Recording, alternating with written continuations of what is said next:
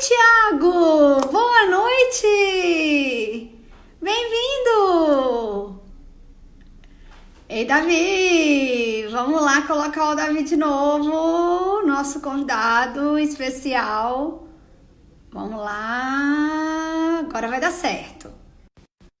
Agora vai dar certo.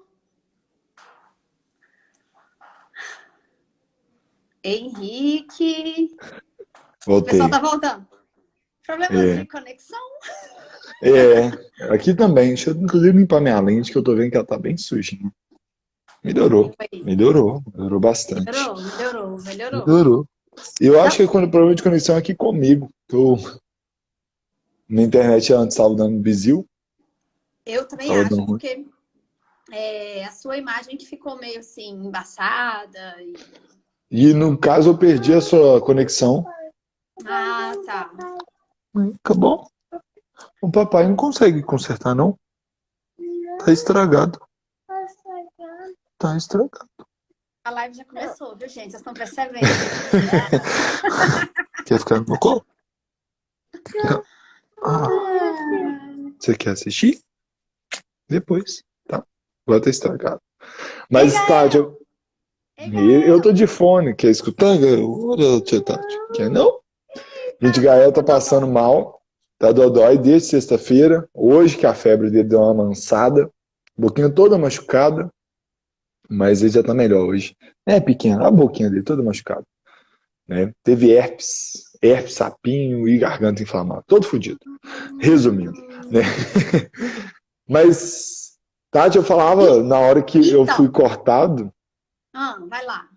né, que como que esse momento, né, de Covid, a gente sabe que uma hora ou outra ele ia ficar mais próximo da gente, né? E a gente precisa exatamente de exercer esse espaço de solidariedade, de amizade, esse espaço então de compactuar com o outro, todo o conhecimento, todo o afeto que nós podemos fazer, né? Então é esse o nosso propósito hoje, né, Tati? É trocar Isso. afetos, trocar conhecimento, fazer-se presente na vida das pessoas e um do outro, né, em especial.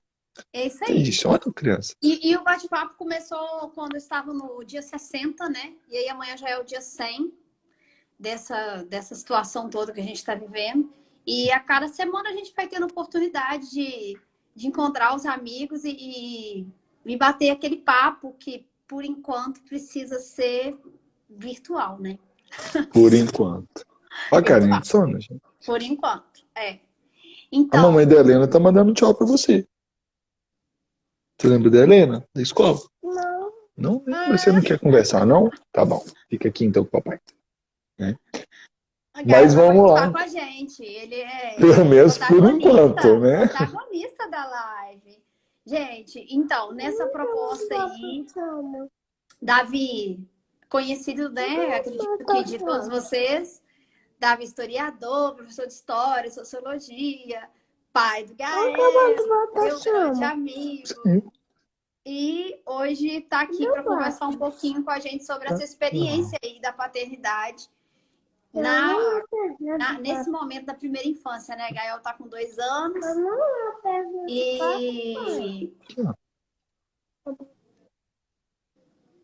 e não, tranquilo, é assim mesmo. É assim que vai fluir. E nesse cenário, Davi, eu pensei assim: vou ter uma pergunta, vou começar com uma pergunta, tá bom? A Tá. gente escuta muito falar dessa coisa do mito do amor materno, que a mãe, ela assim, quase que imediatamente ela começa a criar um vínculo aí com o bebê, com esse bebê que vai surgir no período de gestação, pelas mudanças no corpo, pelas experiências aí que a gravidez traz. Mas o pai, ele não tem esse marco aí, né? Pelo fato de não gerar. E aí cada pai tem uma história de quando se percebeu o pai, né? Foi no dia que Uhum. abriu o exame positivo, sei lá, o dia que o bebê nasceu, que dia que foi? Conta pra gente, que dia que sua ficha caiu, que você se sentiu pai? Vai lá. Então, vou te responder. Eu queria chamar a Natália também para participar dessa resposta, mas ela está Ai, que ocupada ali, legal! né? Porque esse mito do amor materno, ele realmente é um elemento mítico, né? Por que ele é um elemento mítico? Porque, em especial, as mães que aqui estão, a Lud, a Érica, que aqui está também, sabem muito bem que é claro que algumas pessoas têm isso desde o momento que compreende-se como grávidas e assim vai, mas não é para todas as mulheres, né? Inclusive, a condição de se perceber como mãe, para muitas, a ficha demora a cair por muito tempo, né? Então a gente tem que parar de mistificar, de romantizar a Romantizar. maternidade, né? A maternidade não é algo romântico, né? É belo, mas não é romântico. A gente tem que entender isso, né? Não é algo que, fecundei e estou aqui. Dando uma experiência para vocês, inclusive, sobre isso, a Natália esses dias me revelou uma coisa que eu achei muito bonita. Ela fala assim, olha, todo mundo sempre comentava que depois você se torna mãe, você fica sensível, tudo que envolve criança, você começa a ficar mais sensível, e ela fala assim, até nesse momento, o Gael tem 2 anos, eu nunca tinha vivenciado isso, mas eu fui ver uma série que tinha então uma tensão, um filme, que tinha uma tensão entre uma mãe e um filho, e aí sim, ali eu entendi o que era essa coisa da sensibilidade de ter uma outra vida que está sob as minhas responsabilidades, o quão duro, né, pode ser essas relações e o quão duro é a dor do outro nessas relações, né? Então, isso que a gente chama de romantização da maternidade, ela também é um espaço que precisa ser questionado, né? E não só quando o pai se percebe pai, né? Que é ótima a sua pergunta, mas a gente também pode continuar. Quando que a mãe se percebe mãe? Né? Porque é uma cobrança que se cai muito mais sobre elas do que sobre eu, que sou um homem, né? Muito mais. E desde que você me propôs a responder sobre isso, eu fiquei tentando pensar quando é que eu me senti pai de verdade. E de verdade, assim, se eu parar para te falar assim, eu achei uma resposta, eu não achei. Eu não porque eu não me sinta pai, eu me sinto pai pra caralho, velho. E desculpem, né? Mas eu me sinto muito pai, mas eu não consigo identificar assim esse momento. Uma coisa eu tenho certeza, não foi quando eu vi o resultado, o exame, né? E não foi quando ele nasceu. Isso daí não foi. Muito pelo contrário, quando ele nasceu eu tive uma decepção tremenda. Né? Qual a decepção? Porque você está ali na maternidade, que é algo fantástico, você vê a criança nascendo e do nada alguém chega para você, te entrega aquele ser humano, aquele bicho, né? Vamos pensar assim, que é um animal, que acabou de sair de dentro de um. Não, me deu pelado, cara. Me deu um moleque pelado, ser encebado ainda. Você E você fala assim, participou? gente, Você participou do parto? é, não. Eu estava lá junto ao parto, estava no mesmo ambiente, eu estava presente, porque a gente não pode mais participar. No protocolo, então, hoje da Unimed, você tem que ficar ao lado da mulher, sentado, vedado por aquele pano verde, né? Então, da Aham. mesma forma que a mulher não assiste, o homem também não assiste mais, para evitar aquelas cenas na cesárea, né? No caso que foi que a Natália vivenciou. Para evitar aquela Aham. coisa do homem desmaiar, aquela coisa toda, sacou? Aham. E aí, Aham. nesse processo, eu peguei, olhei para aquilo e falei assim, tá, o que eu faço com isso agora? Sabe, tipo, eu falei assim, beleza, eu entendi que isso saiu do meu saco, mas eu ainda não amo isso, né? Eu ainda não amo. Eu não sei o que é isso, eu não sei qual é o meu papel com isso, né? E da mesma forma eu tenho a licença, não é o meu lugar de fala, né? É o lugar de fala da minha esposa, mas eu transmito um pouco também da angústia dela aqui. É a mesma coisa, né? A mulher, né? E eu tenho isso como uma luta. Tem que ser respeitado muito a licença maternidade. Porque a licença maternidade não é um lugar de festa. É um lugar de identidade, de encontro. É o momento em que ela está tentando compreender o seu espaço, e o seu espaço com outro indivíduo. E aí as pessoas ficam indo naquela visitação, a pessoa está cansada, a pessoa está exausta, ela precisa de amparo, gente, ela não precisa de festa. Entendeu? Ela precisa então de pessoas que vão lá ajudá-la. E essa ajuda, né, é importante que a gente entenda, ela não tem que ser uma ajuda porque é uma condição de ajuda. É por uma condição simples, é uma vida que nós estamos cuidando. É uma ajuda, então, tem um provérbio africano, não sei, eu só conheço ele por causa do documentário, né, A Origem da Vida, em que diz que uma criança deve ser cuidada por uma comunidade. Ela tem que ser cuidada pela tribo. Então é isso, não é uma ajuda a ela, é uma ajuda, na verdade. Quer fazer xixi, a mamãe vai te levar lá, tá? Então ele tem que ser cuidado por todos. É a avó, é o avô, é o marido, é o amigo, é todo mundo que está ali. Então eu lembro que, para mim, o mais significativo no processo, né, de pós-parto para eu e para a Natália foi a presença das nossas mães, e mesmo que de forma simbólica, em especial a mãe dela, né, até por uma questão cultural, geralmente a mãe da filha que vai, né? Ela se fez presente de forma muito intensa. Lavava roupa, ajudava a gente a organizar a casa, porque a casa estava um caos. Porque quem teve uma criança sabe, gente, é um caos o primeiro momento. Então, para eu fechar meu argumento, eu acho que eu fui me sentir pai, e eu acho que isso para mim é o mais simbólico das respostas que eu obtive, no primeiro momento que eu precisei viajar. E nesse momento que eu precisei viajar, que eu trabalho viajando, as pessoas que me conhecem sabem disso, eu dou aula em outras cidades, eu tive medo de morrer pela primeira vez. Não medo de morrer por perder a vida, mas o medo de morrer e perder a oportunidade de acompanhar a vida de alguém. Eu acho que nesse momento foi essa sensação de paternidade, né? Foi a primeira vez que eu acho que eu me enxerguei definitivamente como pai, né? Quando eu tive medo de não conseguir acompanhar o crescimento do meu filho, né? E acho que foi isso. Legal. Né? Massa demais. Aí, assim, começou o processo. Você falou, né? Os primeiros dias, aquela bagunça, aquela confusão toda, até se adaptar, né? E você, Davi, você não tem vergonha de expor nas redes sociais, assim, esse seu jeito meio paizão, né? Gael tá sempre com você, como tá agora aí, e nos seus stories, e a gente consegue acompanhar um pouquinho, assim, da relação de vocês, mas... Pode falar. Eu tô querendo escutar ele. Não, ele tá falando do boneco dele. Escutá-lo. Inclusive, então, eu vou falar sobre esses bonecos daqui a pouco. Tá joia. Aí a gente queria ouvir um pouco, assim, nessa relação mesmo, né? De que aí o Gael com 2 anos e quase meio, né? Quais os principais desafios que você enfrentou, as principais frustrações? E em contrapartida, as principais superações, descobertas, alegrias que você quiser contar pra gente. Como é que tem sido aí essa aventura, né? É muita loucura, exatamente. Ser pai é muita loucura.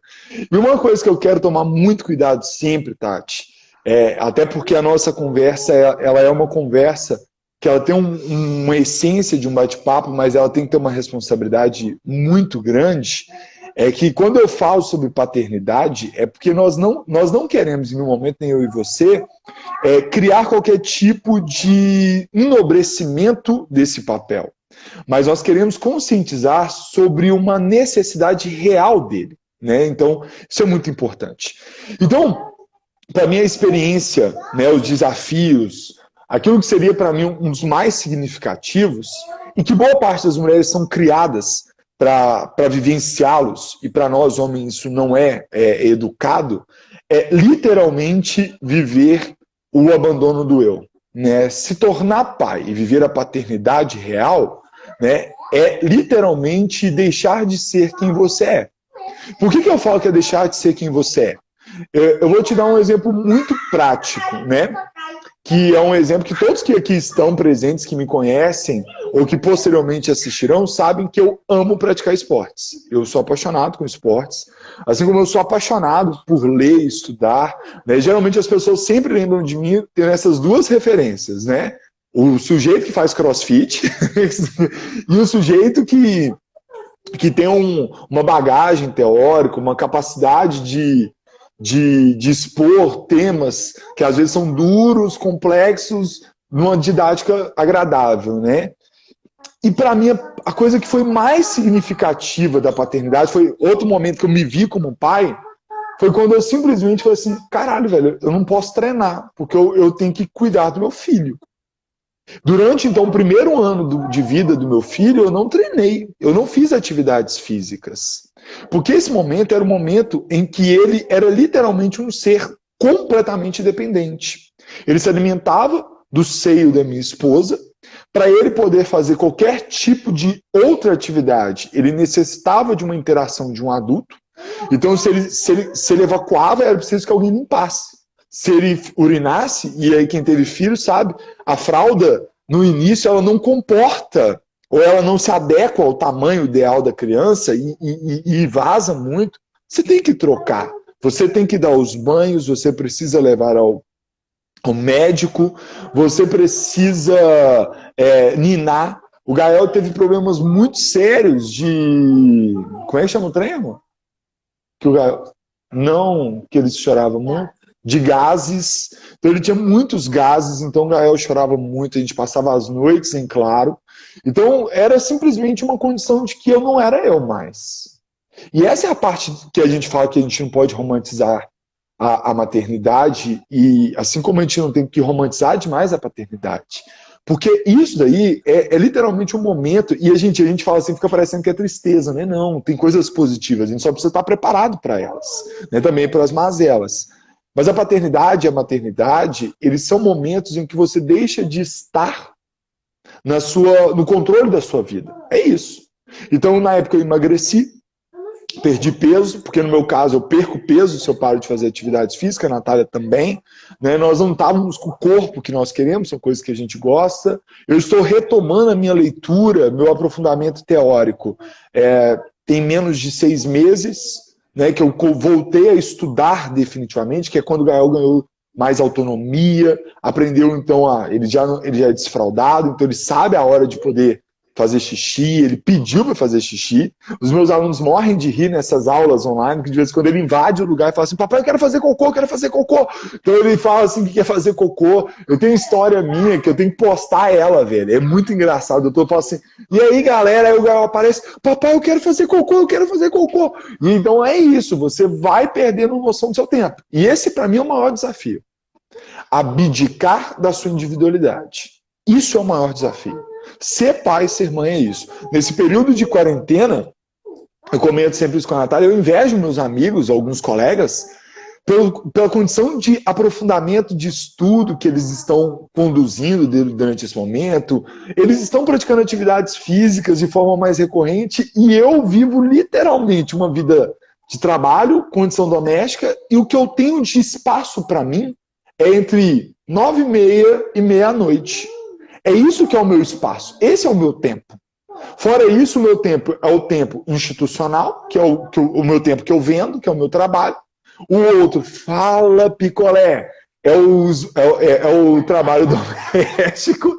Né? Quem me conhece sabe também que, mais do que pai, né, eu assumo as funções domésticas. Então, era essa outra pergunta que eu queria dizer, porque a chegada do bebê, a chegada da criança muda a rotina da casa, né? Total. E aí, assim, como é que você e a Natália administram isso? Como é que é essa parceria aí nos trabalhos domésticos? Ainda mais agora, em pandemia, que nós estamos todos dentro de casa, então nós estamos, né, não temos como delegar, vamos dizer assim, a colaboradores, ajudas, então nós que estamos lidando com tudo.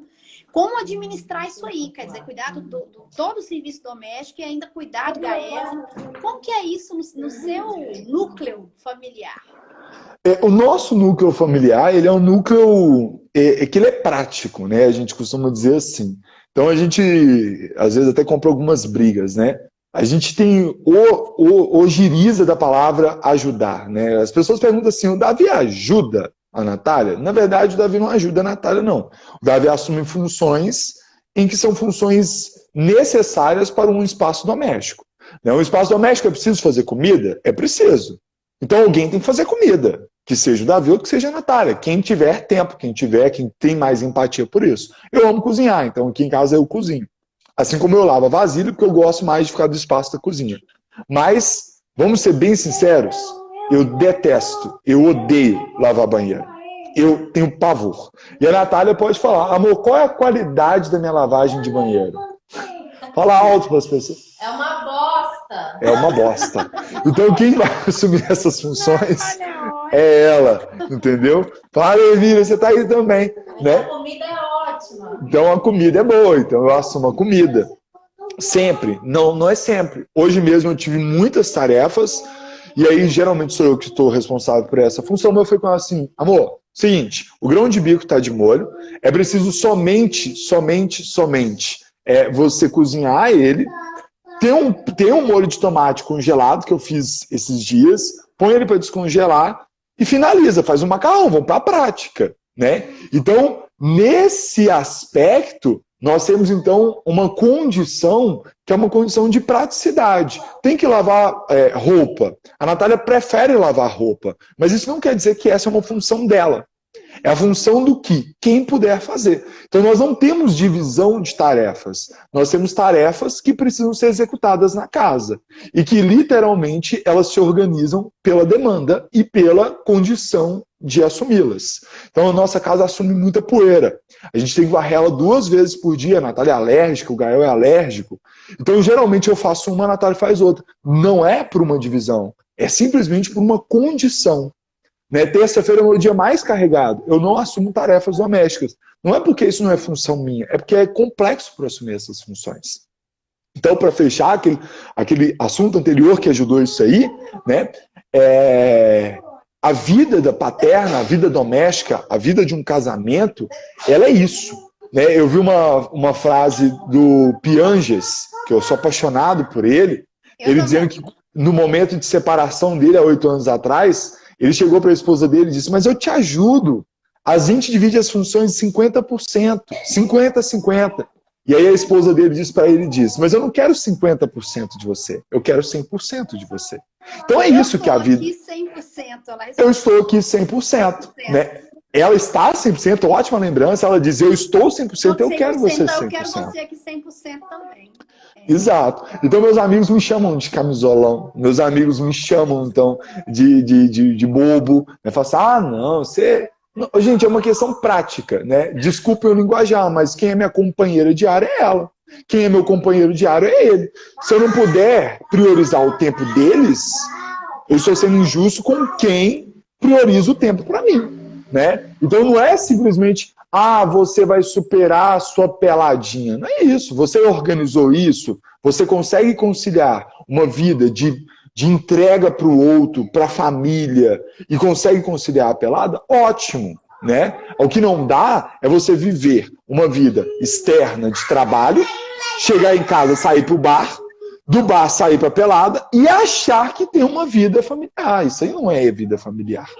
Né? E achar que ao ajudar em casa está ocupando essa função, entendeu? Então o Fábio aí, meu grande amigo camisolão, né? Meu grande amigo camisolão, né? É isso, é ser feliz e entender que o outro que está com você, ele é seu companheiro, ele é seu parceiro, entendeu? Não é isso.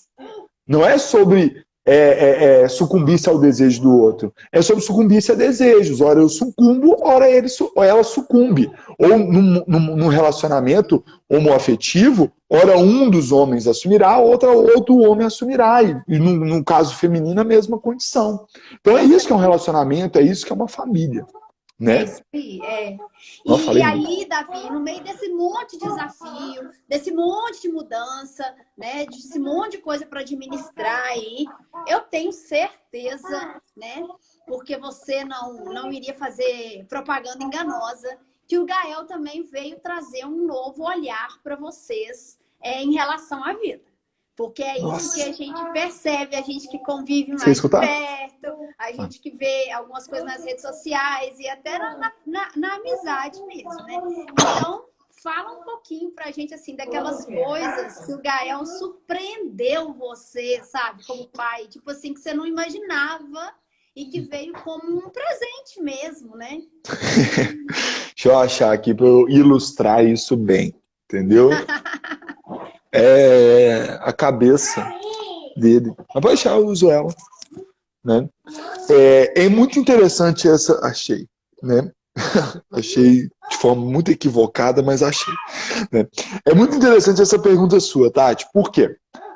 Nós temos dentro do nosso imaginário cotidiano em especial nós homens, né? Homens, quando eu falo do sexo masculino mesmo, homens XY, a gente é criado com a ideia de que o mundo está ao redor da gente, né? Nós temos um olhar universal, tudo tem que girar em torno da gente, né? Então, por isso que é muitas vezes complexo o homem perceber o lugar do outro, né? O lugar, então, da mulher, a fala do homossexual, as dores do outro. O homem em específico, ele tem essa barreira, vamos pensar assim, né? Ele é criado para ser um ser universal, para ele ser um ser que o mundo gira em torno dele, né? E eu não fui criado muito dessa forma. Claro, como grande parte dos homens eu tive isso, mas não foi, entendeu? Vou ver depois, Thiago, isso aí, né? O Thiago fez uma indicação muito legal de um quadrinho chamado Era Só Pedir. Eu conheço. Eu não conheço. Eu quero depois dar uma olhadinha. Sobre o homem esperar a mulher pedir e desconsiderar que o próprio planejamento familiar já é um trabalho em tempo integral em si. Eu vou te mandar, Davi, eu tenho. Pode mandar. Muito bom. Show. Muito bem lembrado. Boa contribuição aí, Thiago. Valeu, Thiagão. Dentro desse processo, Tati, aí o que eu quero, onde eu quero chegar? E aí nesse processo, nós como os indivíduos, somos pensados também que temos que ter controle sobre tudo. E quando você se torna pai, mãe, ou pelo menos quando se descobre, né, fecundado, vamos pensar assim, você já faz vários planos. Eu e a Natália, a gente escolheu não ter planos. Até porque a gente queria se decepcionar pouco. Mas alguns planos a gente tinha bem traçados, né? Dentro deles, um dos principais planos que nós temos é uma educação desconstrutiva, né? Uma educação em que o Gael não tenha qualquer tipo de compreensão normativa, sexual, racial, sobre espaços. E por isso, inclusive, a tarefa doméstica aqui em casa ela é compartilhada. Porque eu entendo como pedagogo, não pedagogo de formação, mas como um licenciado em História, né, que o processo educativo ele é longo, né, ele se dá durante a vida inteira. E a gente aprende pela experiência, a gente aprende também pela reprodução. A gente vê o outro. Então, quando eu e a Natália a gente compartilha todas as tarefas domésticas, é para que o Gael brinque de casinha, para que ele brinque de cozinhar, e ele entenda que esse também é um espaço do homem. Eu nunca esquecerei da Josi, que está aqui nos assistindo, de uma fala do Pedro. Acho que foi do Pedro mesmo, não foi, Josi? Que ele estava brincando de panelinha na frente da casa dela, e aí então alguém comentou algo do tipo assim, você está brincando de cozinhar? E logo Pedro chegou e já deu uma resposta magnífica. Sim, estou brincando de ser papai. Isso é encantador, isso é maravilhoso. E aí, dentro dessas expectativas, porque o pai eu e a Natália... é Fábio, né? O pai é o Fábio, gente. Para quem não conhece o Fábio, outro camisolaço, né? É uma grande inspiração, inclusive, paterna para mim. Né? Ele sabe disso, mas eu expresso aqui. O Fábio é uma grande inspiração paterna para mim, entendeu? O meu sonho inclusive, né? E é claro que o Fábio ele tem condições disso, em decorrência da profissão, ele é professor universitário e tudo mais, ele tem condições de ficar mais em casa. Né? Meu sonho era, e eu busco isso o tempo todo, né? Eu tento diminuir a minha força de trabalho externa para poder acompanhar mais o convívio, a criação dos meus filhos. O Fábio faz isso de forma magnífica. Né? Então, Fábio, fica aqui a minha gratidão pela amizade e o reconhecimento do quanto você é sensacional. Entendeu? E essa experiência do Pedro é marcante na minha vida. Entendeu? É muito marcante essa experiência do Pedro. E aí, para eu fechar, o Gael, ele recentemente começou a ser introduzido a desenhos. Porque ele gosta, e todo mundo que é pai sabe, por mais que a gente queira ter uma criação longe de telas, infelizmente as demandas domésticas, em alguns momentos, ainda mais na quarentena, é inevitável.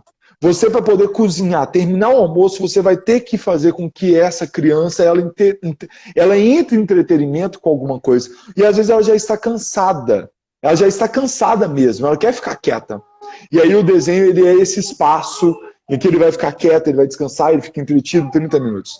A gente nunca, e aí é onde eu quero falar, colocamos para ele um desenho de super-herói. Nunca. Nunca. Até porque a gente acha extremamente heteronormativo, aquela coisa do porrada, porrada, porrada, aquela coisa então do homem sempre sendo o herói, aquela compreensão toda. E cara, violento, uma coisa que a gente não gosta. E deixa eu falar um negócio pra vocês. O Gael é apaixonado com capa, velho. O Gael não pode ver nada que tem capa que ele é apaixonado. Ele é apaixonado, então, quando ele era mais novo, ele ganhou uma camisa de Batman, que eu tinha dado para um sobrinho meu, que ele era apaixonado com Batman na época, e aí ele passou pro Gael. Quem tem filho pequeno e tem sobrinhos mais velhos sabe como é que é esse processo hereditário. Aí ele ganhou, e ele é apaixonado, ele tá vestindo ela, inclusive, agora. E o Gael é apaixonado por super-herói. Ele é apaixonado. O Gael tem alguns brinquedos, mas nada encanta mais o Gael do que esses bonequinhos de Lego de super-herói. Nada. E vou ser bem sincero, ele tem o ele tem a Mulher Maravilha, ele tem também aqui o Homem-Aranha, mas você quer saber qual que ele gosta? É do Batman e do Super-Homem, porque o raio dos bichos tem capa, tá ligado? E aí entra essas decepções. E eu falo assim, carai, velho, será mesmo que meu filho vai ser esse moleque que vai me dar trabalho porque ele vai gostar de coisas violentas? Sacou?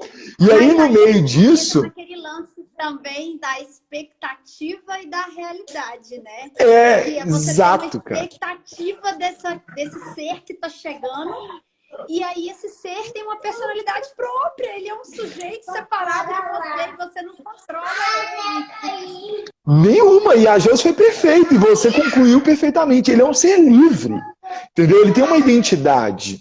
E aí, como a Josi disse, vocês que lutem, e é isso, a gente luta. A gente luta.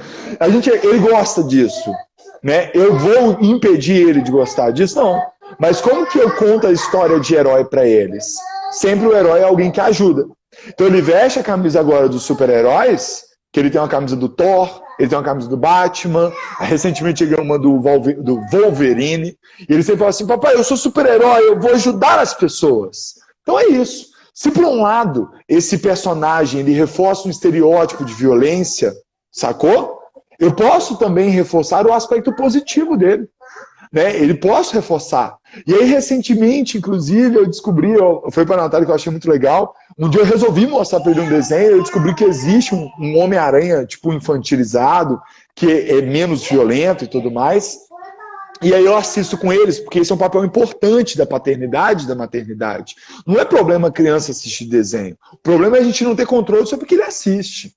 Esse é o problema, é não refletir sobre o que ele está assistindo.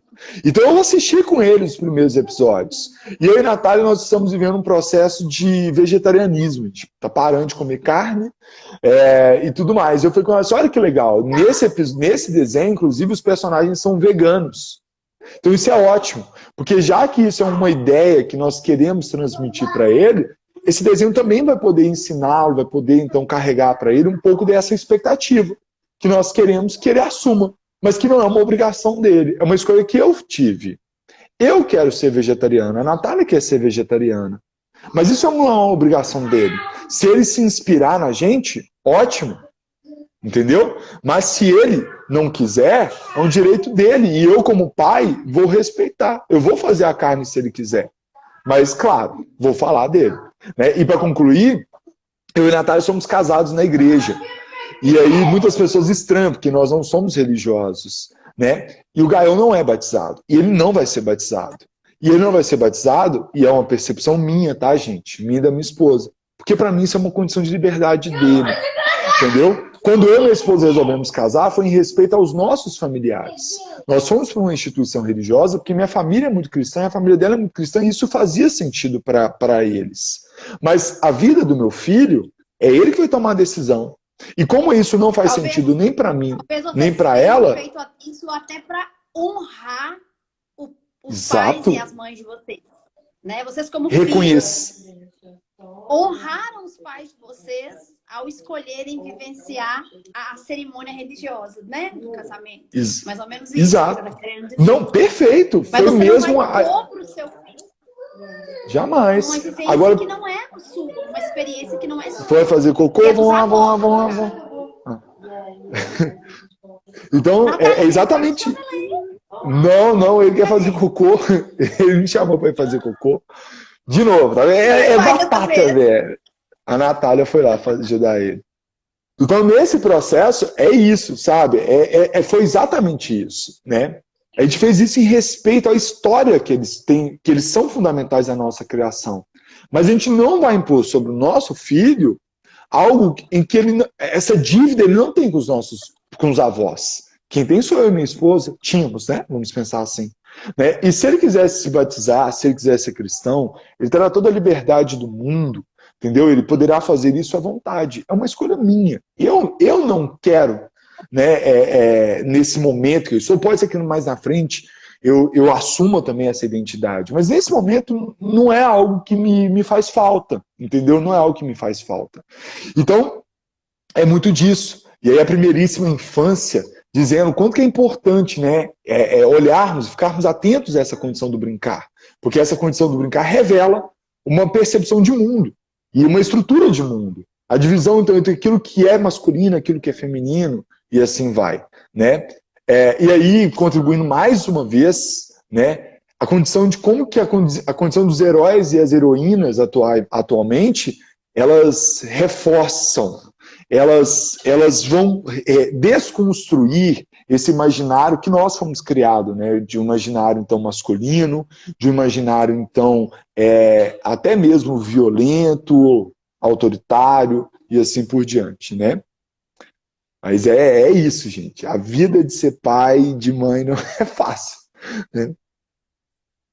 E olha só, Gael, ótimo, Josi. você falou aí desse universo do Gael doméstico, familiar, nesse núcleo aí, né? Ele, você, Natália, os avós e tal. Mas o Gael Elígia, ele frequenta outros ambientes sociais, ele está exposto a outros adultos, a outras influências, ele já está na escola, né? Como Exato. é que você, Natália, lidam com isso? O que você tem para dizer para a gente sobre essa coisa aí de conciliar o que vocês querem para o filho de vocês e o mundo? E o mundo onde essa criança está? Que nem sempre o que vai vir de motivação, de provocação, de exemplo, vai ao encontro do núcleozinho familiar. Enfim, você entendeu, né, a pergunta? Entendi, perfeitamente. Então, isso aí é algo muito... É um tipo de pergunta que é muito legal de se fazer. Por quê?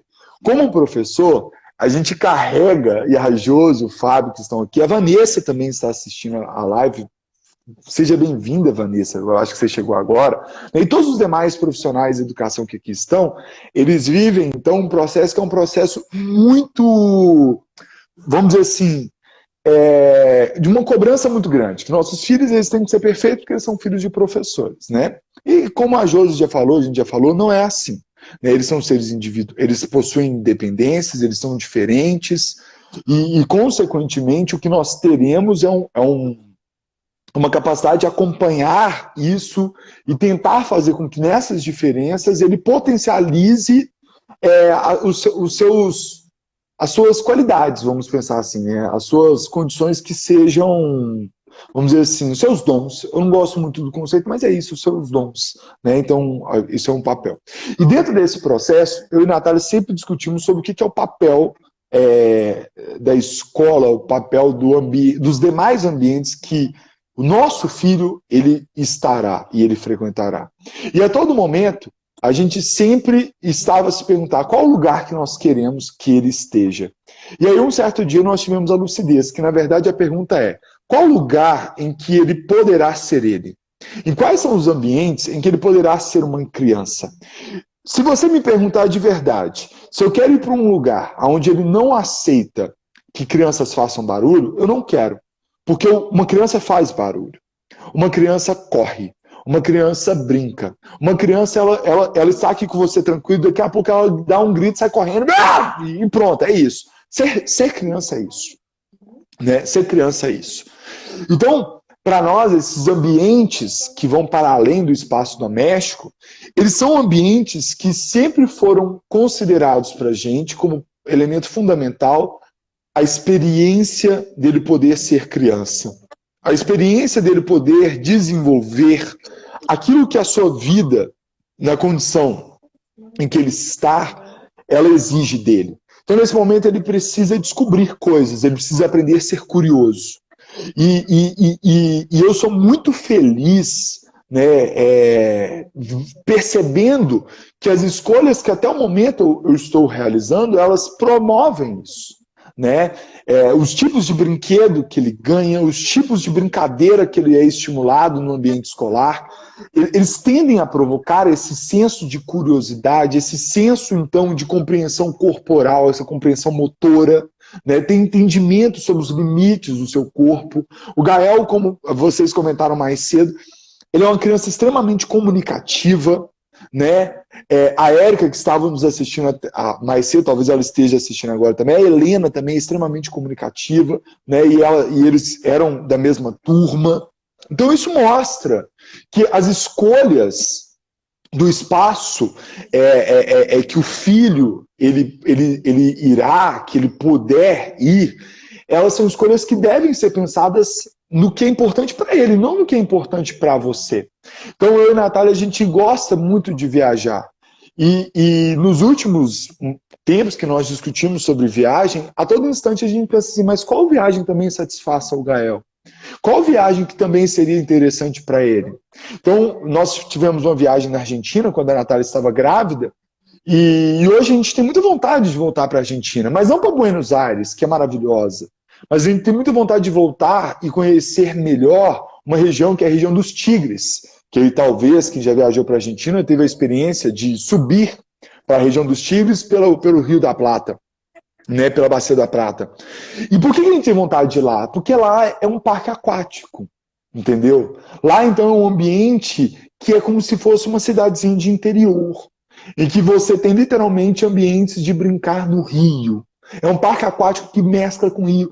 E para nós isso é sensacional. É uma cidadezinha de interior na Argentina, ou seja, você pode promover um intercâmbio cultural maravilhoso e, ao mesmo tempo, você pode oferecer para a criança essa compreensão da diversidade cultural e pode oferecer para ela também aquilo que é o que ela quer, que é descobrir os limites do corpo, descobrir os limites da natureza e assim vai. E o que é importante, por que eu julgo ser importante isso? Porque a gente vê muitas vezes os pais pensando o que é necessário para o filho, para uma demanda daqui a 15 anos, quando ele estiver fazendo vestibular, por exemplo. E vamos ser sinceros, uma criança autônoma, ela sabe estudar sozinha. Então, se ela é autônoma e capaz, se ela é autônoma, ela sabe estudar sozinha. Se ela é curiosa, ela tem interesse de estudar. Então, para mim, a criança, o estudante mais brilhante que eu já tive, chama Bruno Sabino. E ele sabe disso. Bruno Sabino é um menino fantástico. Né? A mãe dele é psicóloga na cidade, o pai também. Provavelmente muitas pessoas conheçam a família, a Luciana.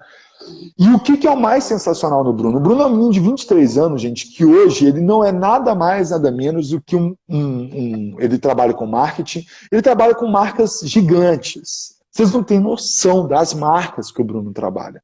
O Bruno trabalha com marcas, só para citar uma, a Ambev, com 23 anos, gente. Entendeu? O Bruno tem um Grammy nas costas. Você tem um Grammy nas costas? Não tem. Entendeu? Mas olha que interessante. O Bruno, ele sempre foi criado e ele sempre foi estimulado durante o processo educacional a ser uma criança curiosa. Ele sempre foi estimulado a ser uma criança autônoma. Então ele é um menino que, quando ele passou no vestibular, ele passou em medicina numa federal. Mas ele quis estudar, como é que chama? Né? Ele quis estudar, então, publicidade e propaganda na universidade, que é uma das universidades mais caras do Brasil. E os pais compraram o sonho dele, aceitaram ele já era um adolescente. E hoje ele colhe os frutos. Ele é um jovem de 23 anos, 24 provavelmente já, em que ele tem um sucesso financeiro e que literalmente ele pôde, ao longo da sua vida, pensar ter uma família, e eu não conheço a fundo a família dele, mas o pouco que eu conheço, em que essa família deu a ele a oportunidade de decidir o que ele queria. E isso para nós é o mais relevante, né? As experiências externas que o Gael vivencia, a gente tende sempre a pensar isso. O que ele quer? Né? O que vai torná-lo feliz? É mimar a criança? Não. Porque também você pode oferecer um leque de possibilidades dentro, então, de um mundo em que ele seja um mundo em que você julga ser relevante. Então o Gael tem liberdade de comer o que ele quer. Ele tem. Né? Eu chego para ele, Gael, você quer comer o quê? Você quer comer uma banana? Ele, não. Você quer comer então o quê? Você quer comer biscoito? Quero, mas eu não dou um biscoito recheado. Eu entrego para ele um biscoito integral que eu faço dentro da minha casa. É isso. Entendeu? Então ele tem a oportunidade de comer um biscoito. Mas eu cuido para que a saúde dele seja boa. O paladar do Gael, entre comida integral e comida fatness, como a galera brinca, né? Ela é literalmente o mesmo. Ele é literalmente um menino que sabe comer, né? Comida integral e chocolate. Ele é o menino do brócolis e ele é o menino do chocolate, entendeu? Tudo depende do humor dele. Tudo depende do humor. Então, ele traz muitas alegrias também, né, Davi? Muita coisa boa. Demais, Davi. Ele veio trazer para essa casa, para essa família, para o seu núcleo familiar, né? Você falou bastante da sua concepção enquanto pai, da concepção da Natália enquanto mãe, né? Do que vocês pensam que é o melhor né, hoje, enfim, sempre. O que vocês pensam que é o ideal aí nessa condução do Gael, do cotidiano, para respeitá-lo enquanto sujeito, né? Que tem uma personalidade própria, que tem seus interesses, mas que tem seus desejos, seus sonhos, mas ao mesmo tempo sendo aí os parceiros mais experientes, os adultos responsáveis por ele, que vão, como o exemplo que você deu aí, ao invés de entregar o biscoito recheado, entregar um outro biscoito mais saudável. Mas assim, essa percepção de vocês, aí, né, até eu te pergunto até como historiador também, pesquisador, sociólogo, o que você nota na sociedade? Você nota que isso está crescendo, esse olhar, né, das famílias, dos pais, para essas crianças como sujeito, como indivíduo? Como é que era isso há algumas décadas atrás? Como é que é a sua visão aí desse cenário aí, pensando nessa evolução mesmo da humanidade? Mas não estamos falando de evolução, né? Evolução de evolução. No jeito de concepção de família, de concepção de educação. Estamos falando de evolução, né? Fala um pouquinho pra gente disso aí, dá uma palhinha aí de historiador. De historiador, né? Então a primeira coisa que a gente tem que entender é que nós estamos sim num processo de mudança, né? É inevitável, né? Temos aí homens que hoje são referências no debate sobre a relevância da paternidade na primeira infância, como o próprio Piaget, que poxa, velho, quem não conhece o Piaget tem que conhecer. Que homem, ele é um homem maravilhoso, ele é um homem principalmente para quem quer sensibilizar o homem, né? Eu falo do homem, gente, não porque não existem pessoas, né, mulheres, que possam sensibilizar também, mas é porque o Piaget, ele fala literalmente de um espaço de fala masculino, que é esse espaço da dor de você ser chamado de camisolão, né? Porque a gente tem que entender também, Tati, isso aí fazendo conexão à sua pergunta, que é algo muito interessante da gente entender, né? Pegando a base da teoria do Pierre Bourdieu, a dominação masculina, o mundo é feito para o homem. O mundo é feito para ele. O mundo está pronto para ele. Quando você assume o papel de desconstruir um valor de dominação masculina, você está sujeito a uma marginalização, porque você está negando o privilégio. Então isso é importante do Piaget, que eu estou citando ele, né? E eu falo de mim, eu falo do Fábio, né? Porque quando nós somos chamados de camisolão, a gente está sendo marginalizado. O Fábio, provavelmente, ele não é uma pessoa que ele é acessada, chamada, para poder jogar bola. As pessoas falam assim, não, eu nem vou chamar o Fábio, não. O Fábio vai ficar... Fábio, ó, só se expor. Vou ligar... Quantas vezes o Fábio já escutou isso assim? Vou ligar para a Josi para saber se ela deixa ele ir, entendeu? Eu escuto isso sempre.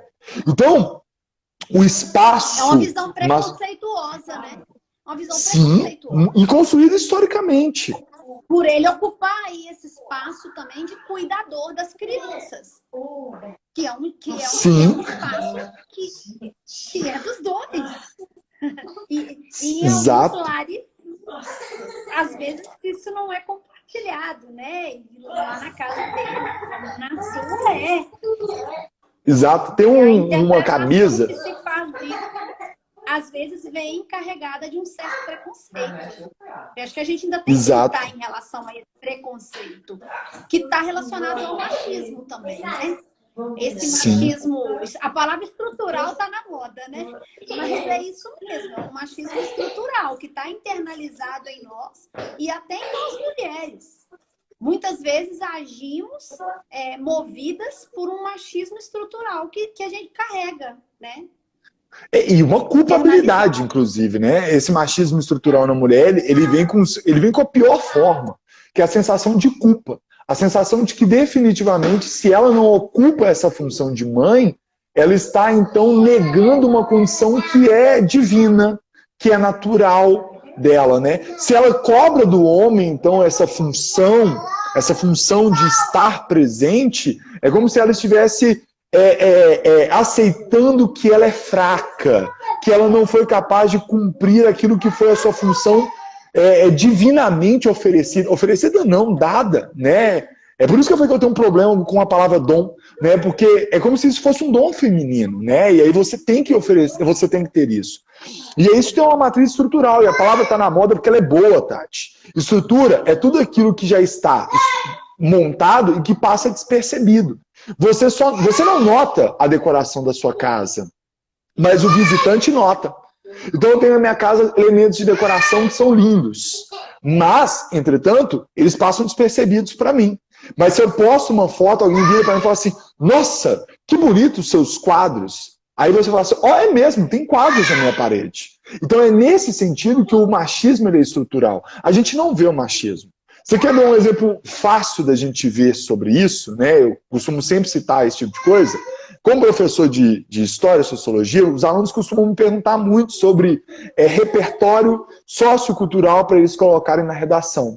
E eu falo para eles sobre os repertórios, e aí na minha aula que eu falo sobre racismo e sexismo, eu comento para eles: quantas mulheres você já citou na sua redação? Quantas mulheres você conhece como uma autoridade intelectual? A gente naturaliza que o discurso da autoridade é masculino, seja na intelectualidade, seja dentro de casa. E que o papel feminino é o doméstico. Então a mulher tem o direito de falar? Tem, da criação.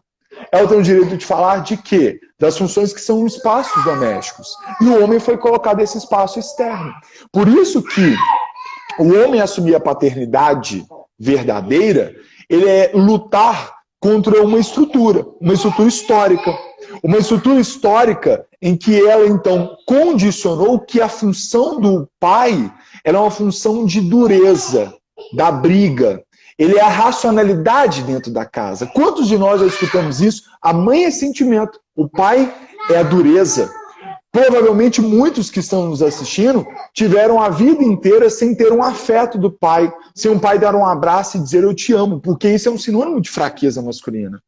E a paternidade real, ela está exatamente em você abrir mão dessas amarras. Dessa amarra que te coloca, então, como um ser frio, como um ser passivo da criação do seu filho, da sua experiência de vida. E mais do que isso, voltando lá, assumir a paternidade real é assumir, ou melhor, é negar a condição de privilégio. Porque, gente, vamos ser sinceros, não trocar bosta de criança é maravilhoso. É maravilhoso. Não acordar de madrugada é maravilhoso. Assumir-se nessa função é abrir mão de um privilégio em que qualquer espaço social vai te legitimar. Isso que é o mais interessante. As pessoas costumam geralmente falar assim para mim: nossa, eu tô brincando com o Gael, nossa, a mãe vai sofrer para lavar essa roupa. Aí eu logo respondo: mas quem lava sou eu. Esse é o espaço de privilégio que eu abro mão. É o espaço de que as pessoas vão olhar e falar assim: peraí, você assume essa função, né? Essa função não é sua. Então eu lembro da minha avó. Minha avó fala assim: Davizinho, mas a Natália não cozinha para você? Eu falo, não, vó, ela não cozinha. Eu chego em casa e cozinha ela. Cansado do trabalho e cozinha? E aí eu falava, sim, vó, ela também chega cansada do trabalho. Inclusive, a carga horária diária dela, né? Vamos pensar assim, na hora que ela entra, na hora que ela sai, é maior do que a minha. A minha, o meu trabalho é muito doméstico, né? A gente sabe disso. Todo professor tem um trabalho extra classe que é doméstico. Então, teoricamente, a minha rotina doméstica de trabalho doméstico, ela é mais fácil de ser pensada. E por isso que eu assumo muitas funções domésticas. Entendeu? Não é porque a Natália não tem que assumir. É porque a minha logística... Agora a Natália é empresária, né? Então é dona do seu tempo em certa medida. Mas antes, ela é escrava do tempo dela, segundo ela. Mas antes, ela tinha que pegar serviço às 8 e sair às 8. E eu tinha muitas vezes que eu tinha uma tarde que eu estava em casa. Então eu vou ficar enfurnado na Netflix, eu vou corrigir minhas provas, mas eu vou ter uma hora que eu possa varrer, que eu posso então passar um pano, que eu posso lavar um banheiro, ainda que porcamente, né? Então é sobre isso, né? É assumir-se na condição de pai, de companheiro, e assumir isso sabendo em que você está abrindo mão de uma condição de privilégio que te é dado. Mas ao fazer isso, eu dou por experiência, o Fábio pode dar por experiência, nós somos pessoas felizes. Nós somos pessoas que somos realizados. É óbvio que, como todo homem criado para viver um mundo feito para ele, né, um homem feito, em alguns momentos eu tenho as minhas crises. Em alguns momentos eu sou, obviamente, relapso e eu me questiono se eu não estou fazendo demais. Mas esse é o exercício de superar, de ser desconstruído. É de você lembrar a todo instante que essa é uma batalha a ser vencida. E que ela é uma batalha diária. E que desistir dela é mais fácil do que lutar junto a ela. Entendeu? Então esse é o meu recado final. Entendeu? Ah, eu quero continuar. Olha, e realmente a gente vai exato. caminhar para encerrar mesmo, né? Então, assim, Exato. Davi, gratidão imensa por ter aceito o convite, né? Você veio agregar demais, somar demais com a sua fala. Tenho certeza que a gente vai multiplicar isso aí. A live vai ficar gravada, tá? A gente vai ficar lá no Instagram disponibilizada para vocês compartilharem aí, sei lá, para os irmãos, para os primos, para os maridos, para os amigos, para quem vocês quiserem. Obrigado. E também para as irmãs, para as esposas, para as primas, porque é uma reconstrução mesmo, né? Alguém falou sobre desconstruir e reconstruir, né? Então é uma reconstrução da nossa visão aí do exercício da paternidade e da maternidade. Então a gente fica assim muito, muito, muito agradecido mesmo com a sua fala e eu tenho certeza que a caminhada agora é para frente, porque o mundo agora ele vai melhorar, Davi. Ele vai melhorar, nós vamos caminhar para frente mesmo. Tem alguma Amém. coisa aí que o pessoal escreveu, que você está lendo aí, que vai Tô. que a gente... A galera falando que não é para esquecer de pôr no IGTV. O Thiago aqui agradeceu a gente. Obrigado, Thiago. Sim, brigadão, Thiago. Ficou aí até agora. Legal demais. Olha, Geusa, não tinha visto ainda. Vamos salvar, sim. A gente tem aí... André, chegou atrasada, Andréia. 1 minuto pro Instagram derrubar. Cadê o Gael? Traz o Gael. Gael tá aqui já, morgando no colo da mamãe dele. Vem cá pra você despedir das pessoas, filho. Gente... Tá morgado, não tá aguentando mais não. Uma próxima vez ele participa junto. Né? Gael tá desde sexta-feira com febre, hoje que ele teve uma melhora. Então ele tá cansado demais. Muito antibiótico, tadinho.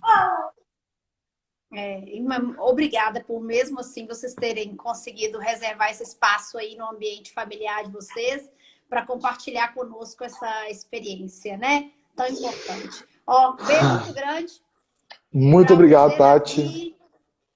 E vamos esperar essa... Você que tá escutando a gente aí. Eu tô de fone. Todo mundo. Mas eu tô mais você tá de fone, tá? Mas ela vai escutar depois. E para todo mundo, né, que veio com a gente até agora. Tem um monte de coisa que eu queria te perguntar, mas vai ficar para a próxima. Tá bom? Então... Tá. A gente marca